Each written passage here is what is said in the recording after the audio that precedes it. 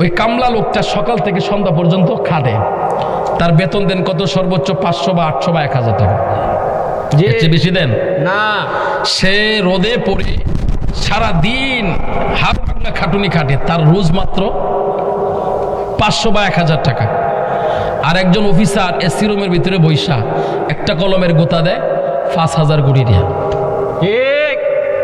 মানুষ তো একই রকম। আপনার 2 হাত, এবারও 2 হাত। 2 হাত, এবার এসি রুমের ভিতরে বইয়া 5 মিনিটের ভিতরে 5 কোটি। আর আপনি সারা দিন খাইটা পাইলেন 500 টাকা।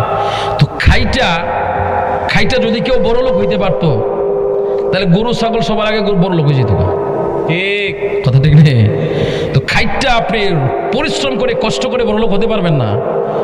একটা আল্লাহর তরফ থেকে হয়। কার তরফ থেকে? আল্লাহর তরফ থেকে। একবার এই ছাতি মাথায় লইয়া, পান মুখে দিয়া, চুনটা লাগাইয়া, আঙ্গুলের মাথায় লইয়া আইলের গোড়ায় গোড়ায় হাঁটে, বেড়ার গোলার মধ্যে গিয়ে 500 মন ধান। আর আপনি সারা দিন রাত বনি খাটলেন, আপনার গোলার মধ্যে 20 মন নাই। ঠিক। ঠিক নেই? তো এটা তো আপনি খাটার উপরে না, এগুলো সম্পদগুলো খাটার উপরে না, এটা কিসের উপরে? এটা আল্লাহর দয়ার উপরে। তো এই জন্য আল্লাহ চাইলে আপনাকে বানাইতে পারে, চাইলে আবার আল্লাহ লেভেল করে দিতে পারে। তো এই জন্য আপনারা কৃপণতা করবেন না, আল্লাহর জিনিস আল্লাহর রাস্তায় দান করবেন, আল্লাহ আপনাদেরকে এর প্রতিদান বাড়িয়ে দেবে।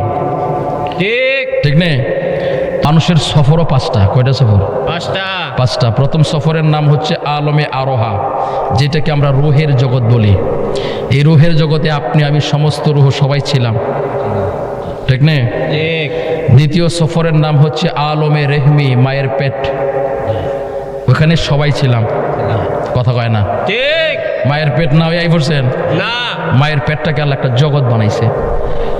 3 নম্বর সফর, যেটা বর্তমানে চলমান, প্রেজেন্ট, আলমে নাসুতি, দুনিয়ার জগৎ। আমরা এখন বর্তমানে প্রেজেন্ট যারা আছি দুনিয়াতে, ঠিক। এখানেও চিরকাল থাকবো না, আরেকটা জায়গায় যাব। সেই জায়গাটার নাম হলো আলমে বরজখ। আলমে বরজখ, যেটাকে কবরের জগৎ বলা হয়, পরকালের জগৎ। তো সেখানে যে চিরকাল ঘুমিয়ে থাকবেন সে কিন্তু পারবেন না।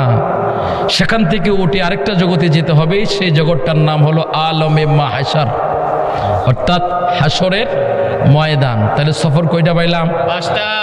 একটু হিসাব করবেন, কাম টু দি পয়েন্ট। নামাজ 5 ওয়াক্ত দিলেন আল্লাহ, বিপজ্জনক ঘাট 5টা। আবার আমরা